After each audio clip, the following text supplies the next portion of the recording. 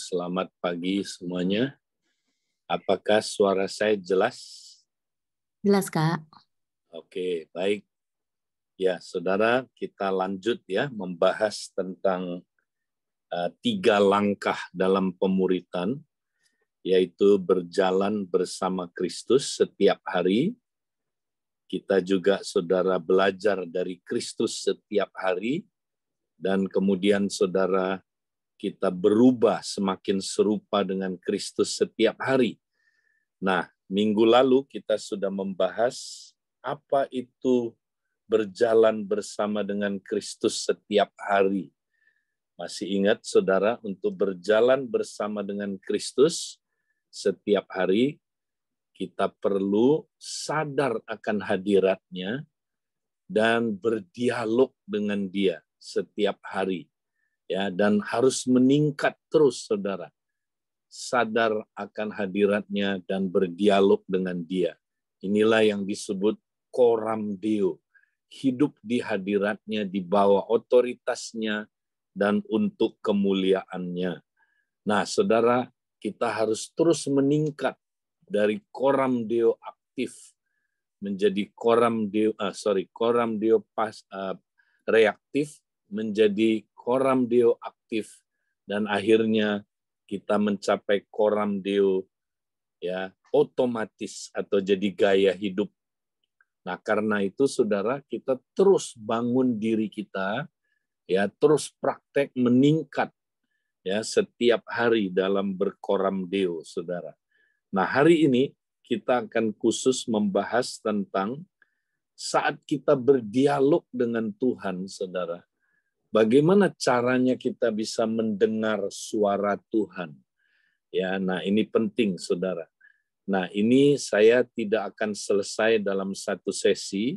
Minggu depan kita akan, saudara, ya melanjutkannya.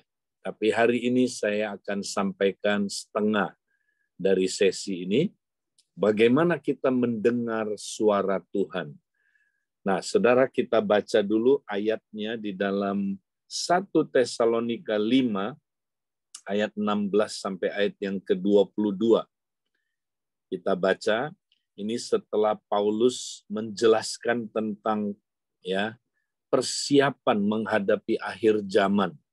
Ya, dia berkata terakhirnya, bersukacitalah senantiasa. Tetaplah berdoa. Mengucap syukurlah dalam segala hal. Sebab itulah yang dikehendaki Allah di dalam Kristus Yesus bagi kamu. Janganlah padamkan roh dan janganlah anggap rendah nubuat-nubuat. Ujilah segala sesuatu dan peganglah yang baik. Jauhkanlah dirimu dari segala jenis kejahatan. Nah, saudara, kalau kita lihat ayat-ayat ini, saudara, ya, Tuhan mau kita, saudara, senantiasa bersukacita selalu. Ya, sukacita adalah tanda, saudara, bahwa kita hidup dalam kerajaan Allah. Sebab kerajaan Allah itu bukan soal makan dan minum, tapi kebenaran, damai sejahtera, dan sukacita di dalam Roh Kudus, saudara. Jadi kalau kita nggak ada sukacita, saudara, ya, jangan-jangan kita tidak hidup sepenuhnya dalam kerajaan Allah. Orang yang hidup dalam kerajaan Allah, saudara, selalu bersukacita. Ya, karena itu salah satu, saudaraku, tanda kita hidup dalam kerajaan Allah, saudara. Bersukacita senantiasa. Wow, bukan hanya sekali-sekali, senantiasa. Ya, makanya kalau orang Kristen bersukacita terus, saudara, pastilah ya hidupnya sehat, saudara. Pastilah, saudaraku, orang Kristen nggak kena yang namanya ya saudaraku, penyakit mental. Ya, hari-hari ini, saudara, isu dunia ini adalah mental health. Ya, manusia, saudaraku, nggak punya kesehatan mental yang baik, saudara. Karena kalau diukur dari, saudaraku, kesehatan mental manusia, kita boleh dikategorikan sekarang ini yang dianggap normal, sebenarnya kita sudah mulai sakit jiwa, saudara. Benar, kita mulai sakit jiwa, saudara. Nah, ini karena ya dunia ini, saudara, kehilangan sukacita. Sukacitanya, saudaraku, bukan sukacita yang dari Tuhan, saudara. Sukacita yang, saudara, tidak pernah membuat kita, saudaraku, bahagia. Sukacita ini sukacita yang dunia berikan. Tapi Tuhan mau memberikan kita sukacita yang dari Dia, saudara. Ya, jadi mari kita senantiasa bersukacita. Haleluya. Nah, yang kedua, saudara, dia berkata, tetaplah berdoa. Tetap berdoa. Ya, atau terjemahan yang lain bilang, berdoa senantiasa. Ya, senantiasa. Terus-terusan. Ya. Dan ya, saudaraku, dia bilang begini, mengucap syukurlah dalam segala hal, sebab itulah yang dikehendaki Allah di dalam Kristus Yesus bagi kamu. Nah, saudara, Tuhan suruh kita, saudara, ya, selalu berdoa, berdoa senantiasa. Nah, ini adalah, saudara, kunci untuk kita hidup di dalam Kristus, saudara. Ya, yaitu kita terus berdoa. Nah, saya suka sekali, saudaraku, istilah akronim doa. Ya, coba kita lihat berikutnya, kita lihat PowerPoint berikutnya. Ya, kita disuruh tetap berdoa, berdoa senantiasa. Ya, doa itu apa, saudara? Doa itu ya akronimnya dialog orang dengan Allah. Jadi doa itu dialog, saudara. Ya, kita ngomong sama Tuhan, Tuhan ngomong sama kita. Nah, sekarang ini banyak orang Kristen doa bukan dialog, monolog. Ya, makanya lama-lama monoton. Lama-lama, saudaraku, ya, jadi apa, saudara? Doanya tidak powerful, ya. Doanya tidak mengubah hidup kita. Karena apa, saudaraku? Doa laporan satu arah. Ya, Tuhan mau kita berdialog terus-terusan dengan Tuhan. Ya, Dia mau, saudaraku, kita menjalani ya kehidupan berkoram deo tiap hari. Ya, sadar akan hadiratnya dan berdialog dengan Dia terus-terusan. Nah, berarti, saudara, ya, kita bisa mendengar suaranya. Ya kan? Di dalam doa kita bisa mendengar suaranya. Nah, sekarang apa kunci berdialog dengan Tuhan, saudara? Nah, ingat ya, saudara, di sini kita mesti ingat, saudara, ditekankan di dalam ayat ini, janganlah padamkan roh. Ya, kuncinya adalah, saudara, jangan kita padamkan Roh Kudus. Pekerjaan Roh Kudus maksudnya, ya, memadamkan roh ini.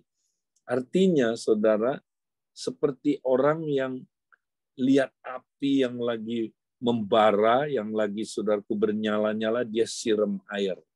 Ya, nah, Roh Kudus, saudara, itu adalah, saudaraku, Allah sendiri yang diutus ke dalam diri kita supaya memampukan kita, saudaraku, ya, untuk apa, saudara? Untuk berkomunikasi dengan Allah, supaya kita bisa dengar suaranya Tuhan. Ya, itu Roh Kudus diutus untuk itu, saudara. Nah, kalau Watchmeni berkata, saudara, Roh Kudus itu adalah seperti syaraf dalam tubuh. Ya, jadi tugas dari syaraf adalah menghubungkan semua anggota tubuh dengan sang kepala, dengan Kristus sang kepala, saudara. Jadi kalau tanpa Roh Kudus kita nggak bisa berkoneksi dengan kepala kita, Kristus. Tanpa Roh Kudus kita nggak bisa ya berkomunikasi dua arah dengan Roh Kudus, ya, dengan Kristus, saudara. Makanya kita nggak boleh memadamkan Roh Kudus, saudara. Ya, nah, jadi, saudara, kita mesti sungguh-sungguh saudara ya menghargai ya Roh Kudus saudaraku, karena dia adalah Allah sendiri yang berdiam di dalam kita. Ya, kita jangan memadamkan pekerjaannya Roh Kudus. Jangan mendukakan Roh Kudus. Ingat saudara, Roh Kudus itu ya, dia sudah berdiam di dalam kita. Jadi orang Kristen nggak mungkin menghujat Roh Kudus, saudara, nggak mungkin.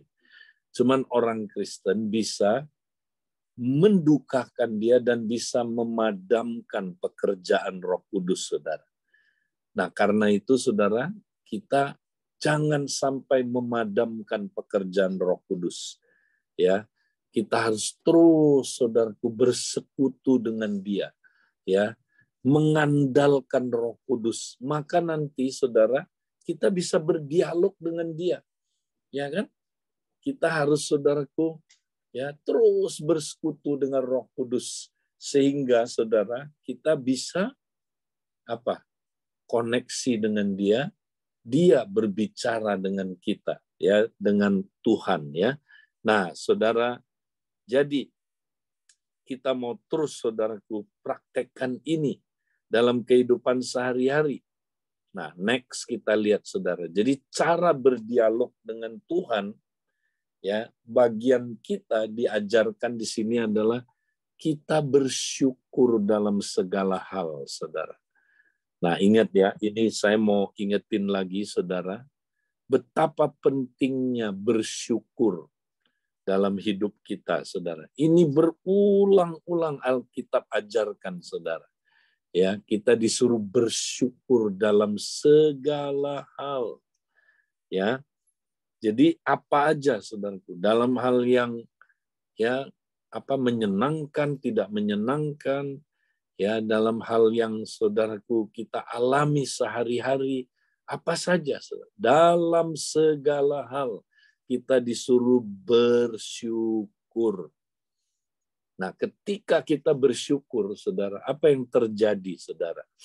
Ya, kalau kita bersyukur, maka, saudara, kita sadar akan hadiratnya, saudara. Ingat ya, ini konsep yang penting sekali. Ya, kita tidak masuk ke hadirat Tuhan ya karena syukur, bukan. Kita masuk ke hadirat Tuhan karena darahnya, saudara, karena darahnya, ya, darah anak domba itu. Tapi kita ya bisa sadar akan hadirat Tuhan kalau kita bersyukur, saudara. Ya, jadi syukur itu cara yang Tuhan berikan kepada kita supaya kita sadar akan hadiratnya. Ya, jadi makanya sering-sering bersyukur, saudara. Makin saudara bersyukur, makin saudara sadar akan hadiratnya. Ya, nah, lawan dari syukur adalah bersungut-sungut. Ya, makanya orang yang bersungut-sungut, dia nggak sadar akan hadirat Tuhan. Yang dia sadar apa, saudara? Hadirat problemnya, hadirat situasi kondisi hidupnya, bahkan ada yang lebih sadar hadirat setan daripada hadirat Tuhan. Waduh, setannya, aduh memang itu setan. Jadi yang dia ingat setan melulu, saudaraku, ya. Nah, kenapa? Itu orang yang bersungut-sungut, saudara. Ingatnya setan, ya, saudara, sadarnya perkara-perkara yang jelek yang dia alami, yang mengerikan yang dia alami, saudara, karena dia tidak bersyukur. Mari kita bertobat dari dosa persungutan. Persungutan adalah dosa yang mendatangkan apa, saudara? Kematian. Ya, di dalam Alkitab ditulis bangsa Israel karena bersungut-sungut, ya, dibinasakan oleh malaikat maut. Memang orang yang bersungut-sungut, saudara, nggak pernah mengalami kehidupan Kristus itu, saudara. Kenapa? Ya, karena dia, ya, saudara, sadar akan yang lain, bukan sadar akan hadirat Tuhan. Kalau kita sadar akan hadirat Tuhan, beda hidup kita, saudara. Ya, makanya mari kita bersyukur dalam segala hal. Nah, Itu kuncinya, saudara. Waktu kita bersyukur dalam segala hal, nah Roh Kudus bekerja tadi, berbicara kepada kita, saudara. Ya, Roh Kudus akan berbicara kepada kita. Sehingga terjadi dialog, hubungan dialog dengan Tuhan. Nah, mari kita, saudaraku, sekarang akan lihat bagaimana cara Roh Kudus berbicara kepada kita. Nah, ada 4 cara Roh Kudus berbicara kepada kita, saudara. Tapi hari ini kita hanya akan membahas 2, dan minggu depan kita akan lanjut membahas 2 lagi, saudara. Nah, mari kita lihat. Yang pertama, Roh Kudus berbicara lewat hati nurani kita. Ya, atau lewat bisikan di hati kita. Ya, jadi Roh Kudus di mana, saudara? Roh Kudus itu di dalam hati kita, ya, di dalam diri kita atau di dalam manusia rohnya kita. Makanya suara Roh Kudus bukan kayak pakai toa dari luar. Halo, Darwin, ya, atau Lia, ya, saudara, bukan begitu. Ya, dia bicaranya di dalam hati kita. Ya. Nah, kita lihat yang pertama di hati nurani kita. Ya, di dalam Roma pasal yang ke-8 ayat 15 sampai 16. Sebab kamu tidak menerima roh perbudakan yang membuat kamu menjadi takut lagi. Tetapi kamu telah menerima roh yang menjadikan kamu anak Allah. Oleh roh itu kita berseru. Nah, kita berseru apa, saudara? Ya Aba, ya Bapa. Roh itu bersaksi bersama-sama dengan roh kita bahwa kita adalah anak-anak Allah. Ya. Jadi, saudara, ketika seseorang lahir baru, saudara, dia menjadi anak Allah.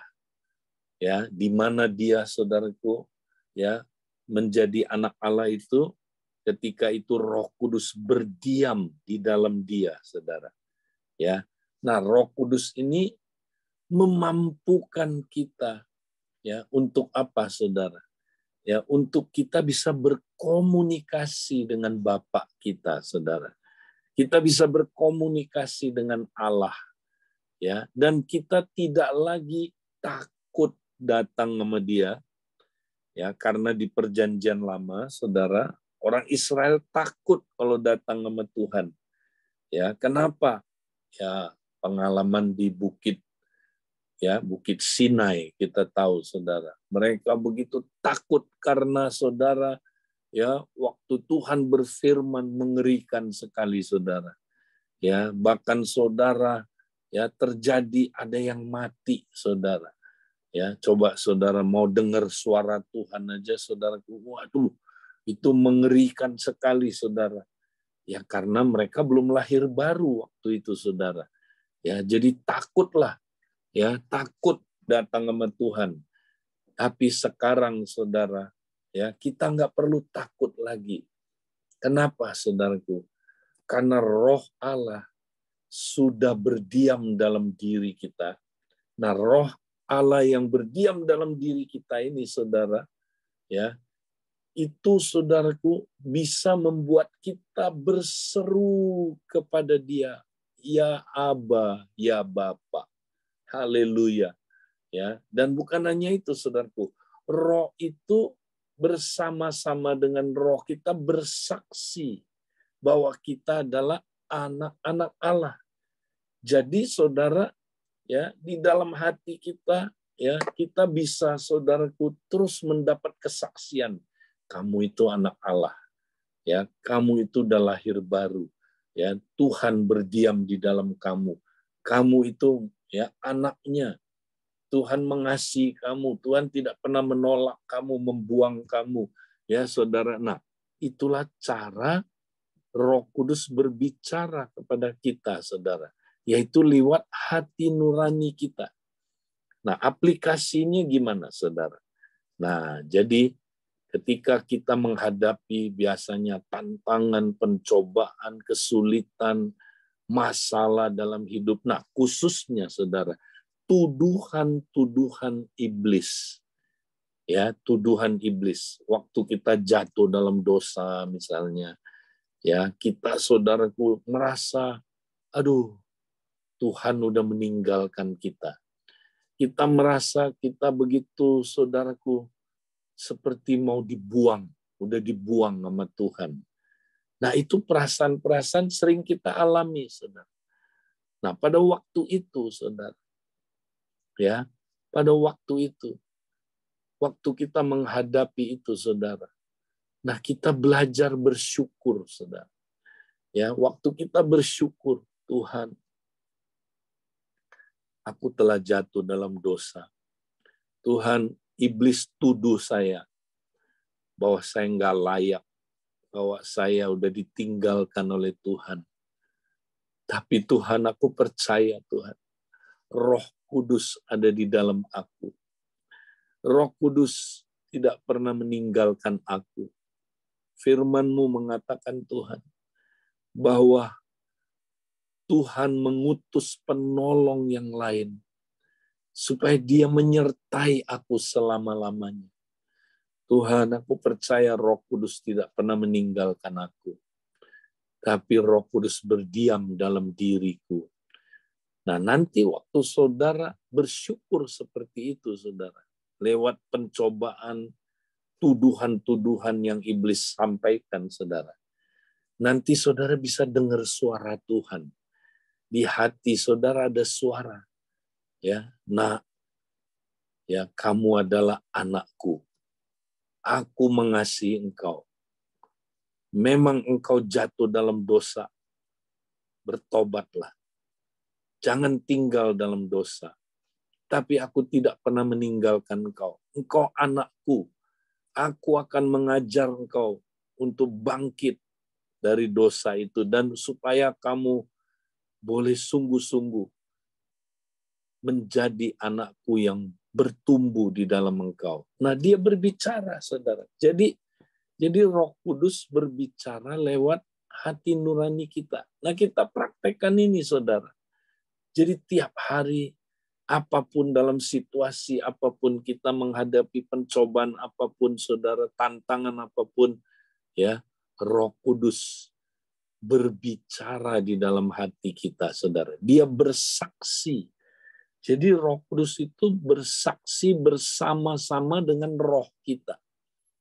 Jadi suara Tuhan itu, saudara, adalah apa? Bisikan Roh Kudus di dalam roh kita, saudara. Kita bisa berasa di dalam roh kita ini, ya, seperti ada kata-kata, ya, seperti ada hal-hal yang diungkapkan oleh Tuhan.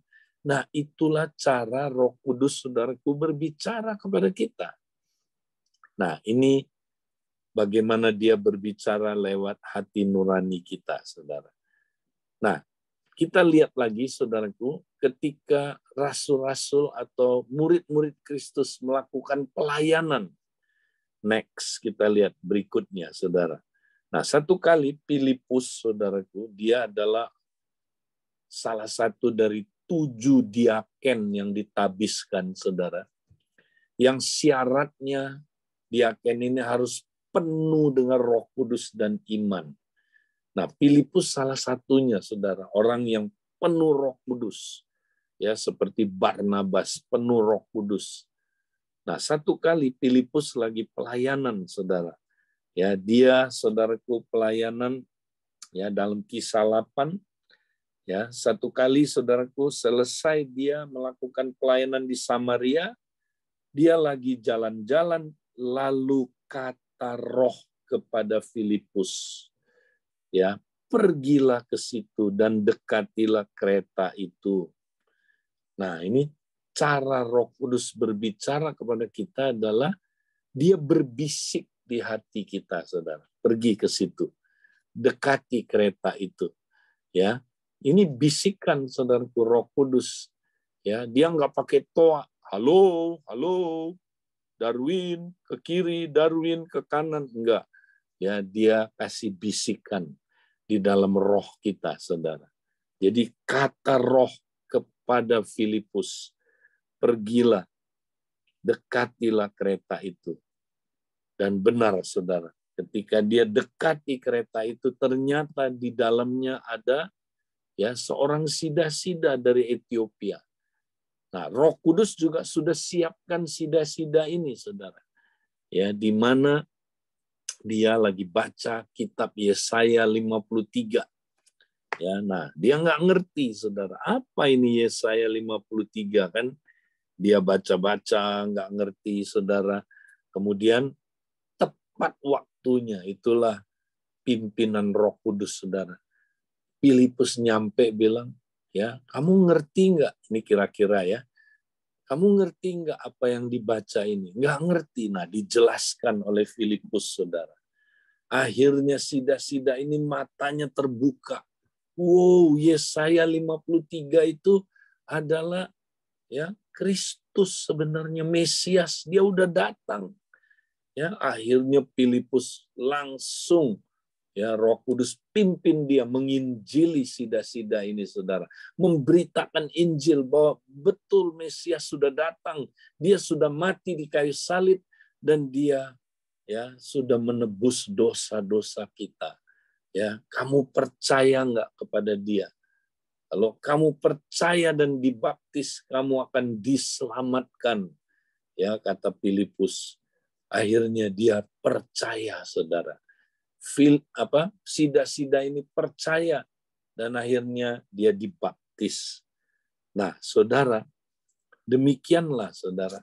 Kita mesti, saudara, dengar suara Tuhan di dalam pelayanan kita, saudara. Ya, nanti Roh Kudus berbisik di hati kita.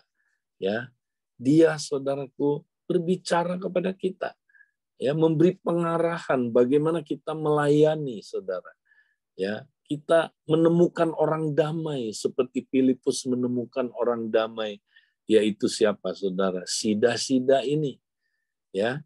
Nah, kita lihat lagi, saudaraku, ya, Kisah Rasul 21 ayat 4. Di situ kami mengunjungi murid-murid dan tinggal di situ 7 hari lamanya. Oleh bisikan Roh, murid-murid itu menasehati Paulus supaya ia jangan pergi ke Yerusalem. Ya, nah Paulus satu hari dinubuatin, saudara, disampaikan pesan Tuhan buat dia, dari murid-murid, mereka menasehati dia. Nah, menasehati, saudara, itu salah satu bagian dari karunia bernubuat. Ya, bernubuat itu adalah, saudara, meneguhkan iman, menasehati dan menghibur, ya. Nah, oleh bisikan Roh mereka menasehati Paulus. Ya, jadi inilah cara Tuhan berbicara kepada kita lewat bisikan Roh di dalam hati kita, ya, lewat hati nurani, suara hati nurani, ya. Nah, saudara, ini cara yang pertama. Sekarang kita mau lihat cara yang kedua, saudara. Roh Kudus berbicara kepada kita lewat apa, saudara? Next. Ya, berikutnya Roh Kudus berbicara lewat situasi kehidupan, saudara. Ya, kita baca ayatnya, saudara. Situasi kehidupan, ya. Nah, Kisah Rasul 16 kita akan baca dari ayat 6 sampai ayat 9 aja. Nah, ini adalah perjalanan misi dari Rasul Paulus, saudara. Nah, satu kali dikatakan mereka melintasi tanah Frigia dan tanah Galatia. Karena Roh Kudus mencegah mereka untuk memberitakan Injil di Asia. Dan setibanya di Misia, mereka mencoba masuk ke daerah Bitinia. Tetapi Roh Yesus tidak mengizinkan mereka. Nah, saudara, kita lihat di sini, saudara, Paulus memberitakan Injil di mana-mana, saudara, mulainya dari Yerusalem, ya, kemudian mereka naik terus, saudaraku, ya, kemudian mereka pergi ke daerah yang namanya Turki sekarang itu, saudara. Ya, mereka melintasi tanah Frigia, dan sampai ke tanah Galatia, ya, terus mereka ke sana, ya, tiba-tiba saudaraku mereka merasa setelah mulai makin berjalan, ya, Roh Kudus mencegah mereka memberitakan Injil di Asia. Nah, dari mana mereka tahu, saudara, Roh Kudus mencegah mereka memberitakan Injil di Asia? Ya, dan setibanya di Misia, mereka mencoba masuk ke daerah Bitinia, tapi Roh Kudus tidak mengizinkan mereka. Nah, dari mana mereka tahu, saudara? Nah, dari situasi yang ada, kondisi yang ada. Ternyata, saudara, di situ tidak ada pintu-pintu yang terbuka. Ya, jadi mereka coba, saudaraku, enggak ada pintu yang terbuka. Ya, mereka merasa Roh Kudus mencegah mereka. Ya, Roh Yesus tidak mengizinkan mereka memberitakan Injil di sana. Berarti Tuhan berbicara lewat situasi kondisi yang ada. Ya, jadi tidak ada pintu yang terbuka. Nah, sebelumnya pintu selalu terbuka, saudara. Ya, mereka menemukan orang damai, mereka menemukan, saudaraku, begitu haus. Ya, ada pintu terbuka, saudara. Tapi ini kayak tertutup, saudara. Nah, di situ rupanya Tuhan berbicara. Roh Kudus berbicara kepada mereka untuk, ya, tidak memberitakan Injil, ya, saudara, di tempat tertentu. Nah, tapi saudara, ya, Tuhan mau mereka sebenarnya pergi ke tempat yang lain. Ya, tidak ke saudaraku, ya, tidak melintasi tidak ke daerah Asia ini. Nah, ayat 8 kita baca, setelah melintasi Misia, mereka sampai di Troas. Ya, pada malam harinya tampaklah oleh Paulus suatu penglihatan. Ada seorang Makedonia berdiri di situ, ya, dan berseru, katanya, menyeberanglah kemari dan tolonglah kami. Nah, saudara, pada waktu itu ternyata, ya, lewat penglihatan, saudaraku, Tuhan tunjukkan yang Tuhan mau adalah bukan mereka pergi, ya, ke daerah Asia, ya, yang mereka sedang lalui itu, saudara, tapi mereka mesti masuk daerah Eropa, saudara, ke Makedonia. Ya, nah, di situ ternyata dalam penglihatan ada orang yang, saudaraku, ya, berdiri di situ dan terus berkata, ya, kepadanya, menyeberanglah kemari, tolonglah kami. Nah, saudara-saudara, akhirnya mereka sadar inilah pimpinan Tuhan. Tuhan ngomong sama mereka, ya, bahwa mereka mesti ya, mesti nyebrang ke Eropa, saudara, ke Makedonia. Nah, jadi prinsipnya apa yang kita pelajari di sini, saudara? Nah, Roh Kudus bisa berbicara lewat situasi kehidupan. Ya, tapi saudara, situasi kehidupan ini yang nggak boleh menjadi saudara, satu-satunya sumber, oh, Tuhan ngomong lewat ini. Karena bisa aja, saudaraku, ya, subjektif sifatnya. Kita menafsir seperti itu. Ya, misalnya, ya, kalau ada situasi kehidupan kayaknya nggak ada pintu terbuka nih. Ya, kita jangan langsung kesimpulan, oh, Tuhan nggak berkehendak. Belum tentu, saudara. Nah, dari mana kita tahu itu Tuhan tidak berkehendak? Nah, mesti ada konfirmasi. 2-3 saksi. Ya, konfirmasi, saudara. Nah, apa yang terjadi, saudara? Ya, mereka waktu lewat di Asia, saudara, lewat di beberapa tempat, ya, mereka merasa nggak ada pintu terbuka. Nggak ada pintu terbuka.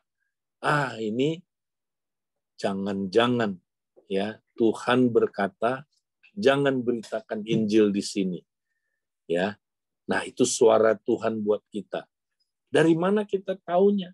Kan bisa subjektif, saudara. Nah, Tuhan itu nggak mau kita ragu terus. Makanya dia beri kita konfirmasi. Nah, Tuhan beri konfirmasi. Konfirmasinya apa? Malam-malam ya Paulus berdoa, dia dapat penglihatan. Nah, ini konfirmasi bahwa kenapa Tuhan nggak mau mereka di Asia? Karena Tuhan mau mereka nyebrang ke Makedonia, saudara. Ya, jadi harus ada konfirmasi. Ya, nah lalu nanti kalau saudara baca selanjutnya lagi ayat selanjutnya, maka mereka diskusi, saudara. Mereka menyimpulkan ya bahwa Tuhan mau mereka perginya ke Eropa, nyebrang ke Makedonia. Mereka menyimpulkan bersama-sama, saudara. Ya, ini dia konfirmasi 2-3 saksi, saudara. Ya, karena 2-3 saksi meneguhkan satu perkara. Jadi kalau saudara mau dengar suara Tuhan lewat situasi kehidupan, jangan langsung ya menafsirkan, wah ini suara Tuhan begini nih buat saya. Jangan, ya. Tapi saudara tunggu konfirmasinya. Dan Tuhan pasti kasih konfirmasi. Ya, nah konfirmasinya bisa lewat komunitas, saudara. Ya, makanya pentingnya kita hidup dalam komunitas. Paulus nggak sendirian loh ngambil keputusan ini. Dia bilang, ya karena mereka menyimpulkan seperti ini. Ya, nah kita perlu konfirmasi, saudara. Nah ini penting, saudara. Jadi inilah cara ya Roh Kudus berbicara kepada kita. Mari, saudaraku, ya kita mau praktekkan terus. Nah, hari ini kita sampai di sini dulu, saudara. Jadi ada 2 cara yang kita belajar Roh Kudus berbicara kepada kita. Pertama, Roh Kudus berbicara lewat hati nurani kita atau bisikan di hati kita. Yang kedua, Roh Kudus berbicara lewat situasi kehidupan. Ya. Nah, ini yang saya mau sampaikan. Saya dorong saudara mulai praktekkan terus ya. Praktekkan tiap hari, saudara. Mendengar suara Tuhan itu fun. Ya, mendengar suara Tuhan itu indah sekali, saudara. Kuncinya banyak bersyukur ya. Ketika kita bersyukur, ya Roh Kudus jangan dipadamkan, biarkan dia, saudaraku, ya memakai ya. Nah, dia berbicara kepada kita, saudara, lewat suara hati kita, hati nurani kita, ya, dan dia berbicara lewat situasi kehidupan. Tuhan memberkati, saya kembalikan. Sampai jumpa minggu depan, kita lanjutkan lagi yang lebih seru lagi bagaimana kita mendengar suaranya. Tuhan memberkati. Shalom, Bapak Ibu, saudara-saudara dikasih Tuhan. Kita sudah diberkati oleh Tuhan pagi hari ini melalui apa yang disampaikan oleh Pak Edi. Terima kasih buat Kak Edi yang sudah menyampaikan isi hati Tuhan kepada kita. Dan saya percaya apa yang disampaikan oleh Pak Edi, bagian kita adalah mempraktekkan di dalam kehidupan kita. Kalau tadi saya mencatat ada beberapa, kalau kini kita bicara mengenai bagaimana kita mendengar suara Tuhan gitu ya. Kuncinya Bapak Ibu adalah ya kita jangan padamkan roh. Ya, jangan padamkan roh, dan caranya adalah kita mau senantiasa bersyukur di dalam segala hal. Dan ketika kita bersyukur, maka Roh Kudus akan berbicara kepada kita. Tadi Pak Edi sudah jelaskan ada 2 cara Roh Kudus berbicara, yaitu lewat hati nurani kita dan juga situasi kehidupan.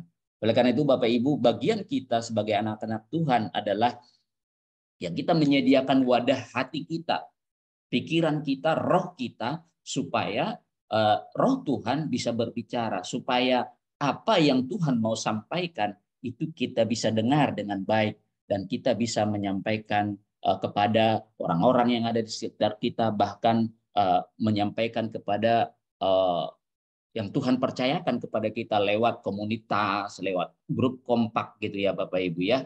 Jadi Bapak Ibu mari terus setia untuk belajar untuk mendengarkan suara Tuhan.